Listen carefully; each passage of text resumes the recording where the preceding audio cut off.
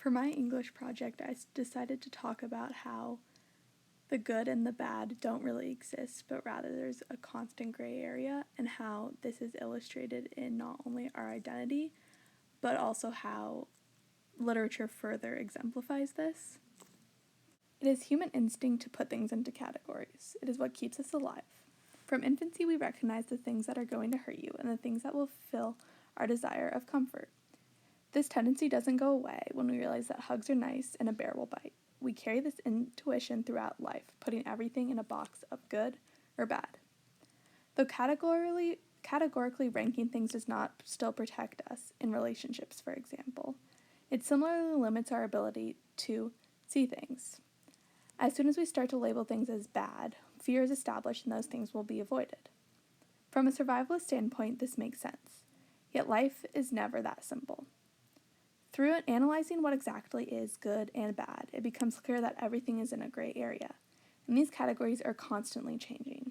Likewise, it is revealed that these bad things that we try to avoid are inevitable, and life is impossible without discomfort. The gray area is illustrated by the fact that every person experiences the good and the bad, learning something from each. It is in these experiences that form us as humans and our personal identities. Because these categorical experiences will teach us something undoubtedly, it is simply unfair to limit them to labels such as good or bad. Through reading literature, it is revealed that everyone experiences the good and the bad, forming the character they become and illustrating that these categories are much less simple than boxes that we create. Looking back at high school, there are points I can clearly say were awful.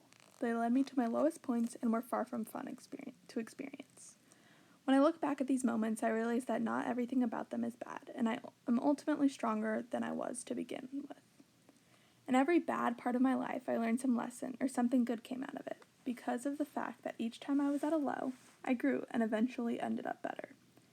It became apparent to me that there is no such thing as a definite good or bad. Rather, there is just a gray area. In the novel After the Fire, Will Hill writes, "Nothing is ever only good, and nothing is ever only bad. Everything is somewhere in the middle." Though I read this book a while ago and did not have this epiphany about the amorphous nature of good and bad, it solidifies my belief. I argue that limiting the world into boxes of good and bad creates a detrimental ideology that there is time where something is so good that it is perfect, or something is so bad that there is no hope. In his essay, The Creative Process, James Baldwin writes, "You think your pain and your heartbreak are unprecedented in the history of the world. But then you read, it was books that taught me that the things that tormented me the most were the things that connected me with all the people who were alive, who had ever been alive." I found this quote significant because it really shows how the good and bad are inevitable, and everyone's always going to be experiencing those things at different times and throughout their entire lives.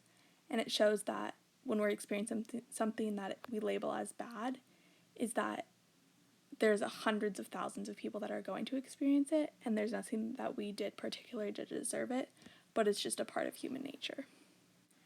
Gabriel Garcia Marquez explains the idea that life is made out of moments in Love in the Time of Cholera, stating, "He allowed himself to be swayed by his conviction that human beings are not born once and for all on the day their mothers give birth to them, but that life obliges them over and over again to give birth to themselves." Marquez reveals that the moments that we put into the categories of good and bad are what build who we are and our identity, explaining why we even have that labels of good and bad in the first place. Because these experiences teach us the lessons to find ourselves, it is easiest to define who we are when we can label the things that made us, our experiences. If who we are is composed of the life we live, finding ourselves is much easier when all our experiences are neat little boxes.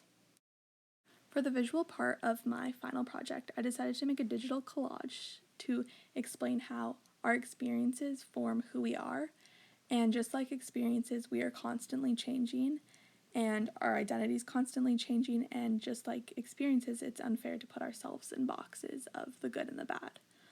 I explain, if I've learned anything from high school, it is that identity is dynamic. There will never be a point in one's life where they have reached a final conclusion of who they are, even if they think so at the moment. What makes one's identity constantly fluid is the fact that experiences are always happening, the good and the bad. No matter their significance, each one adds something to us, a lesson, a pivotal moment, or even an epiphany.